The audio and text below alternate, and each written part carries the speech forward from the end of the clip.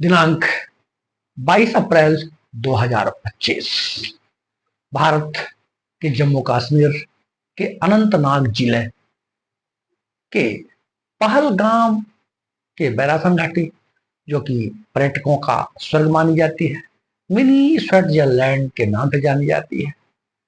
पर्यटकों पर आतंकवादियों ने धर्म पूछकर चुन चुन कर गोली मारी और 28 लोगों की हत्या कर दी, जिससे हमारे देश सहित पूरी दुनिया स्तब्ध भी है, परेशान भी है। यह आतंकवाद जो कि मानवता का दुश्मन बना हुआ है, इंसानियत का दुश्मन बना हुआ है, मासूमियत का दुश्मन बना हुआ है, इसको कैसे नियंत्रित किया जाए, कैसे इसको खत्म किया जाए। इस आतंक और आतंकवाद से केवल भारत ही पीड़ित नहीं है, दुनिया के बहुत सारे देश इन परेशानियों से गुजर रहे हैं और गुजरे हैं। आज की हम इस चर्चा में बात करेंगे कि आखिर ये आतंकवाद के कारण क्या है। पाकिस्तान सामने बात आती है कि जो आतंकवादी आए थे, पाकिस्तान के जो आतंकवादी संगठन है, उनके माध्यम से ये आए थे। तो हम बात करेंगे कि पाकिस्तान का इतिहास क्या है, पाकिस्तान का निर्माण कैसे हुआ, आखिर पाकिस्तान में आतंकवाद पनप क्यों रहा है और क्यों भारत को अस्थिर करने के लिए पाकिस्तान की सेना के द्वारा, वहां के गुप्तचर विभाग के द्वारा आखिर ये आतंकवाद का सहारा क्यों लिया जाता है। इस पहलगाम में हुए आतंकी हमले से भारत ने कड़े कदम भी उठाए हैं। वो कड़े कदम क्या क्या है, उनका व्यवहारिक प्रयोग कैसे होगा और उनका समाधान कैसे निकल सकता है, इन सब बिंदुओं पर हम चर्चा करेंगे।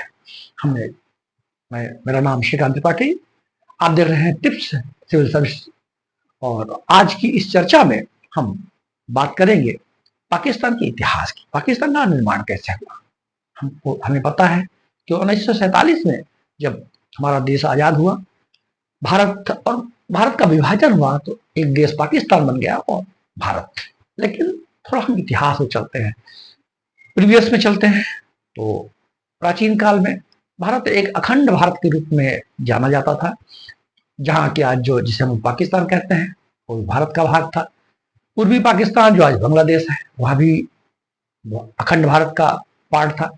म्यांमार जो कि 1937 में यद्यपि ब्रिटिश शासन काल में अलग हुआ, वो भी भारत का पार्ट था। और अफगानिस्तान का बहुत सारा भाग, जहाँ गांधार से हम प्राचीन काल से जुड़े हैं, महाभारत काल से जुड़े हैं, तो गांधार का बहुत सारा पार्ट, काबुल का बहुत सारा पार्ट अखंड भारत में समाहित था। महाजनपद काल में भी गांधार का उल्लेख आता है। हमारे जब जो कुषाण काल आते हैं, कुषाण काल के समय में भी अफगानिस्तान तक हमारा राज्य फैला हुआ था। और बुद्धा पीरियड में देखते हैं तो बौद्ध धर्म का प्रचार प्रसार भी भारत सहित बांग्लादेश, म्यांमार, श्रीलंका और अफगानिस्तान, पूरे एशिया में बौद्ध धर्म का प्रचार प्रसार हुआ था। कहने का मतलब यह है कि अखंड भारत में पाकिस्तान भारत का ही भाग था। बाद में 7वीं शताब्दी में अरबों का आक्रमण हुआ। अरब आए, तुर्क आए, मुगल आए। इन्हें लगभग 1000 वर्ष तक भारत में शासन भी किया। और इसके बाद 16वीं शताब्दी में ईस्ट इंडिया कंपनी, जो ब्रिटेन की कंपनी थी, वो यहाँ व्यापार करने के लिए आती है और धीरे धीरे यहाँ के राजनीतिक व्यवस्थाओं पर इंटरफेयर होता है और ब्रिटिश शासन का नियंत्रण हो जाता है। कुछ स्टेट्स प्रत्यक्ष रूप से ब्रिटेन के नियंत्रण में थे और कुछ रियासतें थी। यद्यपि ये इस तरह की भारत में व्यवस्थाएं थी। जब ब्रिटिश रूल शुरू हो गया, यहाँ के व्यवस्थाओं में ब्रिटेन का इंटरफेयर शुरू हो गया, यहाँ की आर्थिक शोषण, सामाजिक शोषण, और एक प्रकार से भारत को ब्रिटेन के द्वारा नियंत्रित कर लिया गया। तो उनके शोषणकारी नीतियों के खिलाफ, भारत में आर्थिक जो शोषण हो रहा था उनके विरोध में, और जो इस तरह के यहाँ की जो सामाजिक ताना बाना सांस्कृतिक परंपराएं थी उनको ध्वस्त करने के ब्रिटिश शासनकाल के प्रयासों के कारण 1857 की क्रांति हुई। इसके पहले 1857 तक मुगलों का शासन था।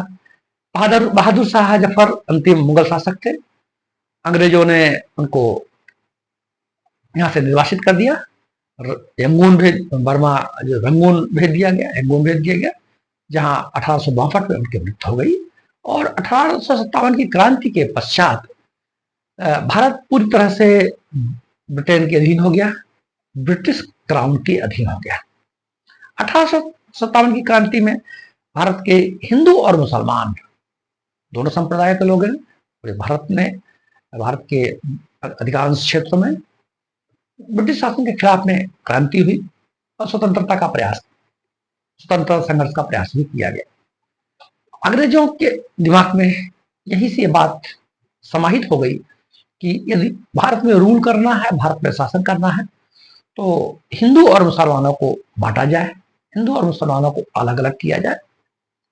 यद्यपि इस तरह का जो सांप्रदायिक धार्मिक उन्माद था, किसी भी समय में, चाहे ब्रिटिश शासन काल हो या उसके पश्चात भी हो, आम नागरिक हमेशा ही अमन चैन पसंद करती रही है और आज भी करती है।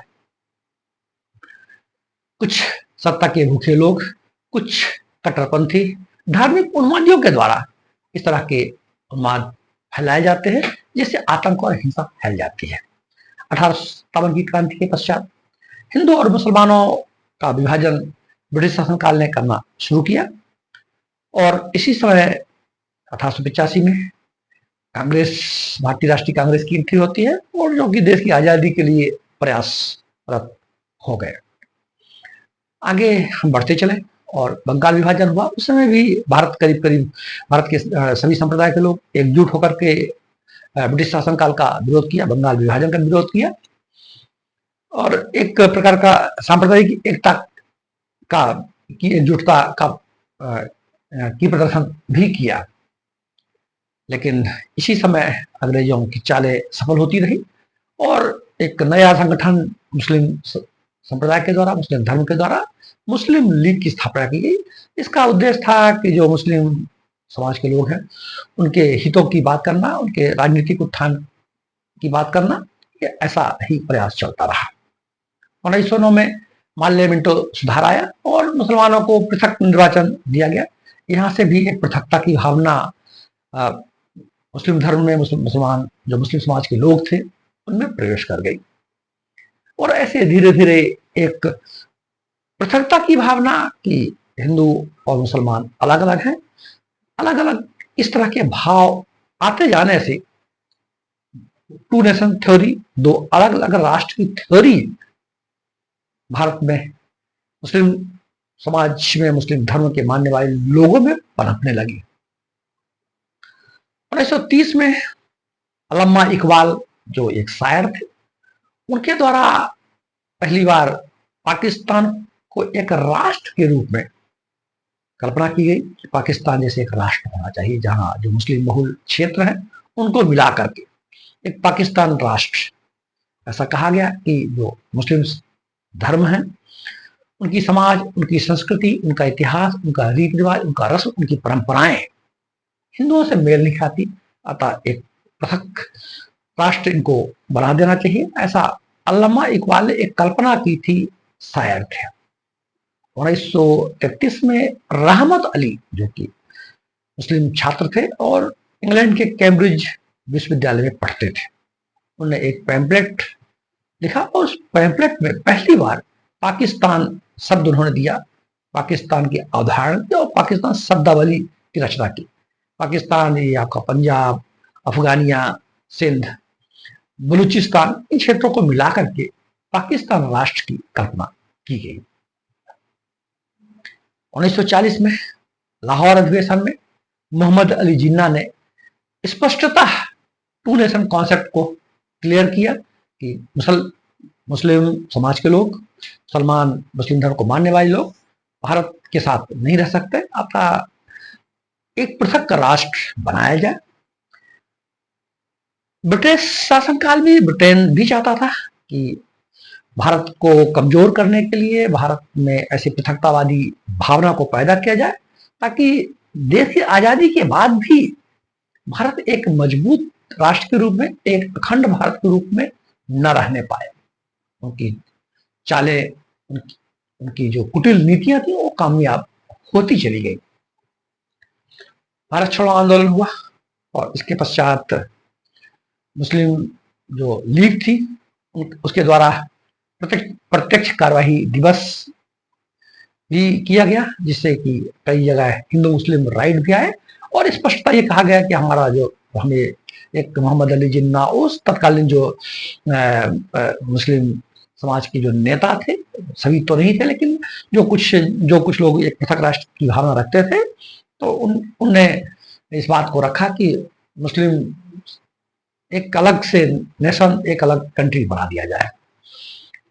देश की आज़ादी की लड़ाई लड़ ली गई और ये संविधान की बातें भी आई, मिशन आया और इसके पश्चात जब देश को ब्रिटेन को छोड़ने की बात आई कि ब्रिटेन अब भारत को आज़ाद कर देगा, भारत को छोड़ देगा, तो माउंटबेटन प्लान आया 3 जून 1947 को। 3 जून 1947 को माउंटबेटन प्लान आया, उसमें स्पष्ट कर दिया गया कि भारत और पाकिस्तान 2 अलग अलग राष्ट्र बनेंगे। तो इस तरह पंजाब, सिंध, बलूचिस्तान और जो आपका बांग्लादेश जिसे पूर्वी पाकिस्तान कहा जाता है, इन सबको मिलाकर के 14 अगस्त 1947 को पाकिस्तान का निर्माण हो गया। 15 अगस्त को हमारा देश भारत देश आजाद हो गया और कुछ रियासतें थी जो भारत से इसमें अलग थी, विलय नहीं हुआ था, जिसमें जम्मू कश्मीर भी एक थी और तत्कालीन समय में 47-48 में वहां के राजा हरि सिंह थे। पाकिस्तान कश्मीर को इंटरफेयर करना चाह रहा था, पाकिस्तान को हस्तगत करना चाह रहा था, वहां पे अटैक किया कबीलियाओं के द्वारा। जो कबीली गुट के लोग थे, एक प्रकार से अस्थिर करने का प्रयास कश्मीर को किया गया। तो कश्मीर के जो राजा थे हरि सिंह, उन्होंने भारत से संधि की, समझौता किया और सहायता मांगी। हरि सिंह ने विलय पत्र पर हस्ताक्षर किया और भारत जो है, जो कश्मीर है, भारत का अभिन्न अंग बन गया, एक स्टेट भी बन गया। संविधान में उनको अलग से व्यवस्था भी दी गई 370, जो कि बाद में इसको अलग कर दिया गया 2019 में। तो इस तरह से पाकिस्तान एक पृथक राष्ट्र के रूप में बन गया। 47-48 में जब कश्मीर भारत में विलय हो गया, पाकिस्तान इसमें ये जो प्रथम, एक प्रकार से भारत और पाक का ये प्रथम युद्ध था। जो उनके जो कबीलाई गुट थे, उनकी जो आर्मी थे, भारत से एक प्रकार का युद्ध हुआ और पाकिस्तान को हारना पड़ा, पराजित होना पड़ा। पाकिस्तान के रहनुमाओं को यह बात स्पष्ट हो गई कि भारत की आर्मी से आमने सामने के युद्ध में नहीं जीता जा सकता। अतः उन्होंने वहां के देश के जो खुफिया एजेंसीज थी, आर्मी का बहुत ज्यादा इंटरफेयर था, उनने आतंकवादियों संगठन को विकसित करने में मदद किया। आतंकवादी संगठन डेवलप हो गए, जिसमें से लश्कर-ए-तोयबा हो गया, जैसे मोहम्मद हो गया। इनको विकसित किया गया ताकि समय समय पर भारत में अटैक इनके माध्यम से करवाया जाएगा। आर्मी का सपोर्ट था, संभवतः जो पाकिस्तानी गवर्नमेंट थी उनका भी सहयोग रहा। बात आगे बढ़ती चली गई और 1965 में पुनः भारत पाक युद्ध हुआ और फिर से पाकिस्तान को पराजय का सामना करना पड़ा। पूर्वी पाकिस्तान में जो पश्चिमी पाकिस्तान था, पश्चिमी पाकिस्तान के द्वारा पूर्वी पाकिस्तान में रूल किया जा रहा था और वहाँ बहुत ज्यादा आतंक फैलाया गया था। वहाँ के जो बंगाली लोग थे, काफी उनको प्रताड़ित किया जा रहा था। वहाँ भी एक पृथक राष्ट्र की हवा बहने लगी। शेख मुजीबुर रहमान ने इसके लिए अपनी अलग जगाई, मुक्त वाहिनी का गठन हुआ और भारत से सहयोग की अपेक्षा रही और सहयोग लाजमी भी था। तत्कालीन जो प्रधानमंत्री थी उनके द्वारा सहयोग किया गया और हमारी आर्मी गई और वहाँ के आर्मी के आमने सामने हुई और लगभग 90,000 पाकिस्तानी सैनिकों ने आत्मसमर्पण कर दिया और इस तरह से पूर्वी पाकिस्तान, जो आज बांग्लादेश है, वह पृथक हो गया। पाकिस्तान को संभवतः यह भी नागवार गुजरा। भारत के सहयोग से पूर्वी पाकिस्तान अर्थात बांग्लादेश अलग हो गया। उन्होंने आतंकवाद का और ज्यादा सहारा लिया और समय समय पर हमारे जो उत्तर भारत के राज्य हैं, खासकर जम्मू कश्मीर, और उन्होंने जो पीओके का क्षेत्र है उन्होंने पहले ही उसको अधिकृत कर लिया था। और पीओके को जो पाक ऑक्यूपाइड कश्मीर है वह आतंकवादियों के लिए एक बेस कैंप के रूप में काम करने लगा।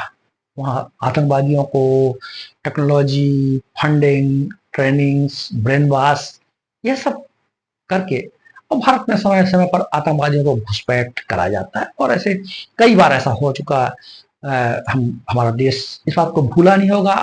पहलगांव तो अभी हाल ही की घटना है। हमारे संसद में अटैक किया गया, हमारे उरी में अटैक किया गया, और इस तरह ऐसे अटैक भारत में समय समय पर होते रहे और भारत ने बड़ी ही धैर्य, साहस और हिम्मत के साथ में इनका सामना भी किया। लेकिन हाल ही में जो घटना घटित हुई आतंकवादियों की धर्म पूछ करके चुन चुन कर मारा गया, इससे पूरा देश में क्रोध भी है, गुस्सा भी, और पूरी दुनिया के लोग भी हैरान परेशान है। क्या समाधान है इसका?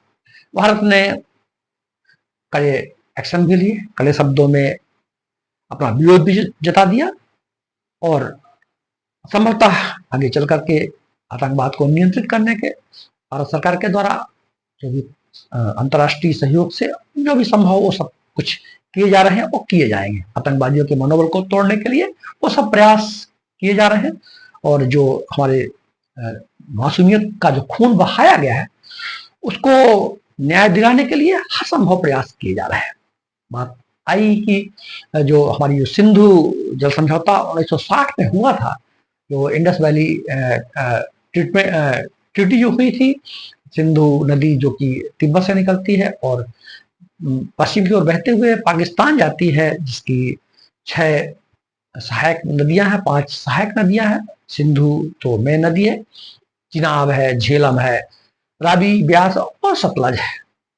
पानी के बंटवारे को लेकर देश की आजादी के समय से ही ऊहापोह चल रहा था और पाकिस्तान की जो अर्थव्यवस्था है, पाकिस्तान के लोग पेयजल के लिए हो, इकोनॉमी के लिए हो, एग्रीकल्चर के लिए हो, 80% जो उनकी निर्भरता है सिंधु नदी पर है।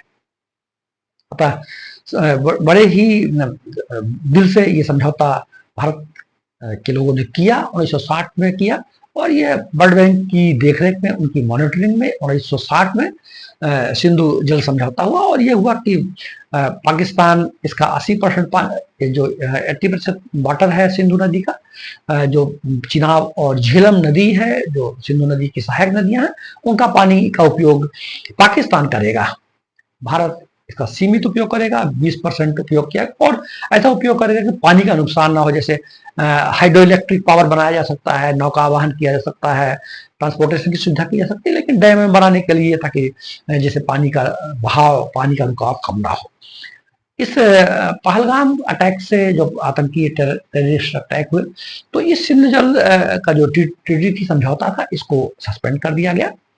लेकिन इस पर विचार करने वाले 1-2 मुद्दे हैं। ये जो सिंधु नदी है तिब्बत से आती है और हम जानते हैं कि जो तिब्बत चाइना के नियंत्रण में है। हाल फिलहाल तो एकदम से कोई ये सिंधु नदी कोई इंसान तो है नहीं कि उसको निलंबित कर दिया, तो वो अपने घर में बैठ कर कोई कर्मचारी है उसको सस्पेंड कर दिया तो वो अलग हो गया नौकरी से। तो ये पानी का प्रवाह है, पानी का बहाव है और ये प्रकार की निश्चित रूप से पाकिस्तान को भय और दबाव तो आ रहा है, लेकिन तात्कालिक रूप से जब तक वहां ऐसे इंफ्रास्ट्रक्चर, पानी के बहाव को मोड़ देने का ऐसे डैम नहीं तैयार कर लिए जाएंगे, तब तक इमीडिएटली सिंधु जो ट्रीटी है 1960 की, उसको निलंबित कर देने का बहुत गहरा प्रभाव काल नहीं पड़ेगा। हाँ, भविष्य में दीर्घकालीन तो बहुत गहरे प्रभाव है। यदि भारत के द्वारा डैम तैयार कर लिए गए, उसके पानी के बहाव को मोड़ लिया गया, ऐसे तंत्र डेवलप कर लिए गए, तो पूरी जो पाकिस्तान की इकोनॉमी है वो तबाह हो जाएगी। इसके लिए आगे हमारे देश के लोगों ने, हमारे सरकार ने सब प्रयास चल रहे हैं और अंतर्राष्ट्रीय स्तर पर भी, कूटनीतिक स्तर पर भी सब प्रयास जारी है। आगे कैसे कदम उठाए जाएंगे, क्या कदम उठाएंगे, ये देखना बाकी है। और भी बहुत सारे निर्णय हमारे देश, हमारी सरकार ने लिया है। जो बाघा अटारी बॉर्डर, उसको सील कर दिया गया। पाकिस्तानी जो यहाँ आए हुए थे पर्यटक या घूमने के लिए, जिनको वीजा दिया गया था, उनको तत्काल भारत छोड़ने का आदेश भी दिया गया और जो राजनयिक संबंध है उनको भी नियंत्रित कर दिया गया।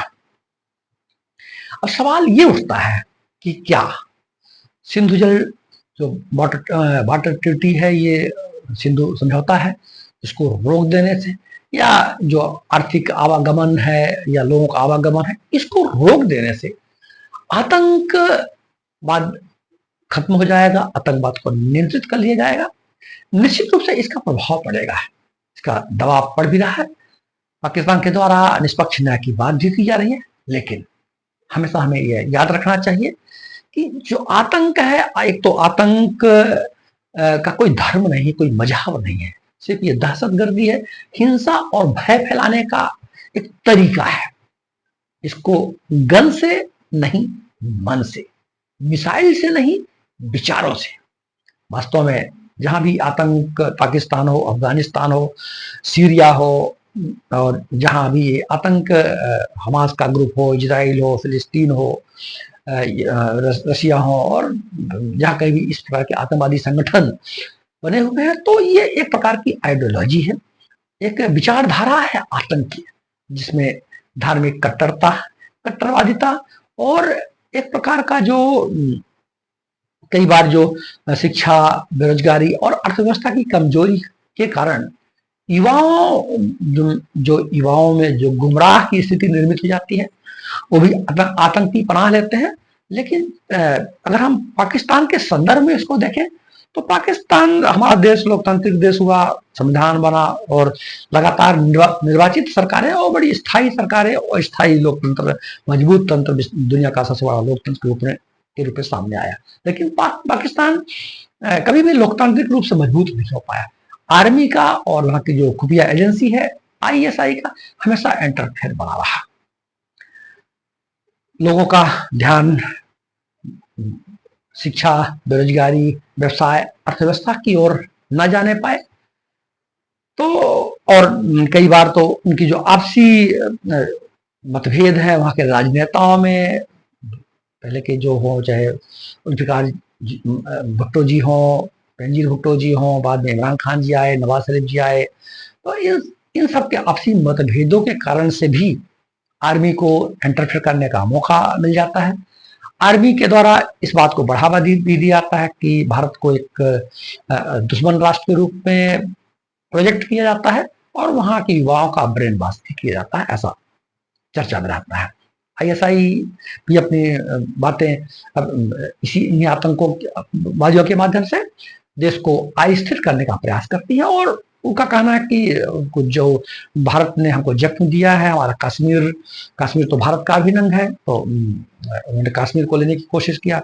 पाकिस्तान, जो पूर्वी पाकिस्तान, बांग्लादेश जो पृथक राष्ट्र बन गए, तो उसको एक जो उनके मन में इस तरह की भाव है जो उचित नहीं है, POK को लेके बैठे हुए हैं, जो कि हमारे भारत का अभिन्न अंग है। तो इस तरह की स्थिति निर्मित हो जाने से आतंकवाद को सहारा मिलता है, आतंकवाद को पनाह मिलता है। आज जरूरत इस बात की है कि आखिर ये आतंकवादी जो है, कोई इनका जो स्ट्रक्चर्ड है, इनकी टेक्नोलॉजी है, इनका पैसा है और इनका जो माइंड है, ये सब सेटअप कहाँ से आता है? सबसे महत्वपूर्ण है इनकी टेक्नोलॉजी और फंडिंग। टेरर फंडिंग, जो आतंकियों के लिए जो फंडिंग आती है, तो बेसिकली दो तीन ऐसे माध्यम हैं जिनको, अगर इनको आतंकवादियों को पैसा मिलना और तकनीक मिलना बंद हो जाए। आप देखें कि पहलगाम में जो अटैक हुआ, तो उनके पास से जो कितने ही आधुनिक वेपन्स थे और पूरी तरह से वो कैमरों से लैस थे और अपने जो मैसेज थे वो ट्रांसमिट कर रहे थे। तो आखिर ये तकनीक, जो रक्षा प्रणाली से जुड़ी तकनीकें हैं, उनके पास आती कहाँ से है, कौन प्रोवाइड कराता है? इसको अंतर्राष्ट्रीय बिरादरी को अच्छी तरह समझना चाहिए। आतंकवाद केवल ये जम्मू कश्मीर की समस्या हो, भारत की समस्या हो, ऐसा नहीं है। इस आतंकवाद से पूरी दुनिया परेशान है। इसलिए इस परेशानी को खत्म करने के लिए, कम से कम मानवता के लिए, मानव हित के लिए दुनिया के समस्त राष्ट्रों को एकजुट हो जाना चाहिए। यदि कोई राष्ट्र आतंकवाद को पनाह देता है, आतंकवाद का सहारा लेता है, दूसरे राष्ट्रों में आतंक का सहारा लेकर के मासूमियत की हत्या करता है, निर्दोषों की हत्या करता है, उनको अंतर्राष्ट्रीय बिरादरी से अलग थलग कर देना चाहिए। इसकी आवश्यकता है। आतंकवादियों को अगर हम पाकिस्तान के संदर्भ में देखें तो उनको जो फंडिंग होती है, अफगानिस्तान में देखें तो अधिकांश फंडिंग जो इनकी है, जो ड्रग्स है, जो नशीले पदार्थ हैं, नशीली दवाइयां हैं।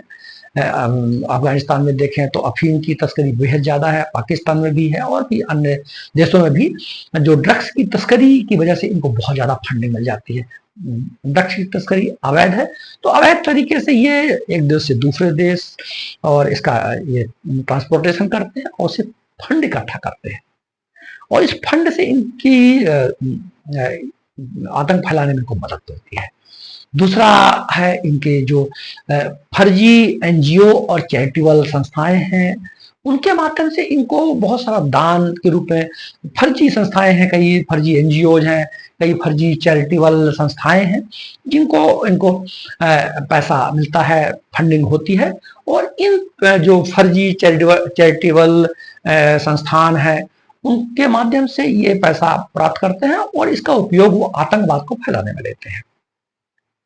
हवाला के माध्यम से पैसा पहुंचता है, तो crypto currency, bitcoin crypto currency, इनके माध्यम से इनको फंडिंग हो रही है और इन फंडिंग को रोकने के लिए जो मनी लॉन्ड्रिंग के माध्यम से जो अवैध तरीके से पैसा यहाँ वहां जाता है, एक देश से दूसरे देश में जाता है, तो इसके लिए FATF बना हुआ है, जब फाइनेंशियल एक्शन टास्क फोर्स बना हुआ है।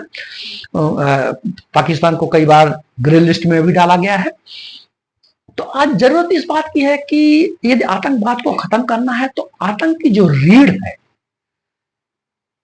उसको खत्म करने के लिए उनकी जो अर्थव्यवस्था के जो पायदान हैं, जिनके माध्यम से ये आगे बढ़ाते हैं अपनी तकनीक को और आतंक को, उसको खत्म कर देना चाहिए।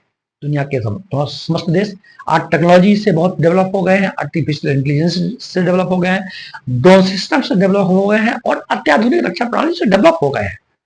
इस बात पर विचार करना होगा पूरी दुनिया को, संयुक्त राष्ट्र संघ को और समस्त देशों के, कि इन बातों को लेकर के कूटनीति, सरहद की विवाद, राजनीतिक व्यवस्थाएं, अर्थव्यवस्थाएं अपने स्थान पर हो सकती हैं, लेकिन आतंकवाद जो कि निर्दोषों की हत्या कर रहा है वो किसी का हित ऐसी नहीं है। इसको हर हाल में रोकने के लिए पूरी दुनिया की बिरादरी, पूरी दुनिया के लोग एकजुट हो जाएं और ऐसे देश जो आतंकवाद को पनाह देते हैं, आतंकवाद को सहारा देते हैं, उनको रोक देना चाहिए। हमें याद रखना चाहिए कि आतंकवाद एक विचारधारा है। इस विचारधारा को विचारधारा से ही काटना होगा, इस विचारधारा को विचार क्रांति से ही काटना होगा। जो नफरत की, हिंसा की, डर की, भय की, आतंक की बातें आतंकवादियों के मन में बिठाई जाती हैं, उनकी जड़ों को काटना होगा। इस तरह की विचारधाराएं न पनपने पाए। उस राष्ट्र के लोगों को, अगर आम नागरिक से आप बात करें, चाहे भारत का नागरिक हो या पाकिस्तान का नागरिक हो, वह अमन, चैन, शांति और अपने परिवार और बच्चों का भविष्य को सुखी देखना चाहता है।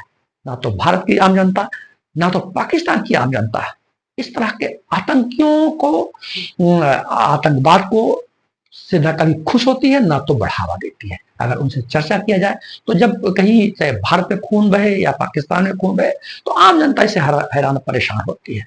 तो जरूरत इस बात की है कि हम इस विचारधारा को, इस आइडियोलॉजी को राष्ट्रीय स्तर पर, सामाजिक स्तर पर, व्यक्तिगत स्तर पर खत्म करने का हम प्रयास करें। कई राष्ट्रों में, पाकिस्तान का भी संदर्भ है इसमें, कि पाठशालाओं में, मदरसों में नफरत की बातें सिखाई जाती है, ब्रेन वॉश किया जाता है। नफरत इंसानियत के लिए नफरत है, इसको रोकने के लिए हमें प्रयास करना होगा। हमें समझना होगा कि हम मानव हैं और जो कि मानव का जो के लिए जो मेन जो उनका जीवन है, दया, प्रेम, करुणा, सहनशीलता और संवेदना, क्या उसको हम खत्म कर देंगे? अगर हमने ये सोचा नहीं तो यह मानवीय जीवन के लिए कलंक है और हमको मानना पड़ेगा कि मानव अभी इस ग्रह में रहने के लायक नहीं हुआ है। तो किसी भी राष्ट्र में हो, किसी भी देश में हो, आतंकवाद का पनाह देने के लिए, उसकी विचारधारा को खत्म करने के लिए एक विचार तंत्र की जरूरत है, ताकि उस आतंक का जो विचार है, विचारों से काट दिया जाए। दूसरी बात हमने बताया कि जो टेरर फंडिंग है उनको भी रोक दिया जाए। तीसरी बात हम भारत के संदर्भ में भी कहना चाहेंगे कि हमारे देश में बहुत सारी जो निगरानी तंत्र हैं, सर्विलांस के सिस्टम्स हैं, बहुत सारी गुप्तचर एजेंसियां हैं, NIA है, CBI है, RA है, इस तरह के संस्थान हैं। जब ये सब अपना काम करते हैं, कई बार हमारी गुप्तचर एजेंसियां जो हैं इन चीजों को पकड़ लेती हैं, लेकिन हम समस्त नागरिकों का यह कर्तव्य है कि हम हर प्रत्येक नागरिक एक सैनिक की भांति विजिलेंट रहे। खासकर जो हमारे क्षेत्र ऐसे हैं, अशांति फैलाने का प्रयास दूसरे देशों से किया जाता है, जम्मू कश्मीर है और जो हमारे कई अन्य राज्य है, तो हाँ, प्रत्येक नागरिक को, समाज के प्रत्येक व्यक्ति को विजिलेंट होना होगा। प्रत्येक व्यक्ति को एक खुफिया एजेंसी बन के काम करना होगा। देखना होगा कि कहाँ संदिग्ध लोग हैं, कहाँ संदिग्ध गतिविधियां हैं, और इस तरह से समाज के लोग आपसी सहयोग और कोऑर्डिनेशन करके इस आतंक, इस दहशत, इस नफरत भरे लोगों से निपट सकते हैं। बहुत सारे राष्ट्रों में, इजराइल की अगर बात करें तो वहां प्रत्येक व्यक्ति एक सैनिक की भांति है, उनको सैनिक ट्रेनिंग मिलती है। तो यदि हम अपने देश की एकता और अखंडता, अपने देश प्रेम और अपने देश के लोगों को सुरक्षित रखने के लिए हम अपने कर्तव्यों का पालन कर लें, यदि हमें कहीं भी कोई संदिग्ध गतिविधियां आए, नजर आती हो, तो हम सैनिक की भांति विचार करें, सैनिक की भांति हम अडिग हो, सैनिक की भांति हम निश्चल और निडर हो। इतना बड़ा देश है, 140 करोड़ की पॉपुलेशन है, खुफिया तंत्र है, अपना काम करते हैं, मजबूत खुफिया तंत्र हमारे देश के हैं, हमें अपने खुफिया तंत्रों पर हमें गर्व भी है। लेकिन हम सबका भी दायित्व है कि हम भी उस खुफिया तंत्र का अंग बने, हम उस सैनिक तंत्र का भी अंग बने, ताकि हम अपने देश की चौकसी हम भी कर सके। यदि नागरिक इस बात को ठान ले कि हमें अपने देश की चौकसी मिलकर करना है, सैनिक तंत्र के साथ मिलना है, खुफिया एजेंसियों के साथ करना है, तो आतंकवादियों को कभी पनाह नहीं मिल पाएगी, उनकी कमर टूट जाएगी और वो आतंकवाद का सहारा नहीं ले पाएंगे। ये बहुत जरूरी है। तो इस तरह की बातें हम समझ पा रहे हैं कि यदि हम ऐसा प्रयास करते हैं तो आतंकवाद से निपटने में सहूलियत होगी, और दुनिया तो, भारत की तो हमेशा से ऐसा प्रयास करता रहा, और दुनिया के लोगों को अब समय आ गया है कि इस पृथ्वी ग्रह को मानवता और प्रेम से भरने के लिए, इंसानियत को बचाने के लिए, आतंक से सुरक्षित रखने के लिए सभी मतभेद, सभी जो उनकी जो कूटनीतिक चालबाजियां हैं, उनको खत्म करके आतंकवाद को खत्म करने का प्रयास करना चाहिए। तभी जाकर के यह लड़ाई हम जीत सकते हैं।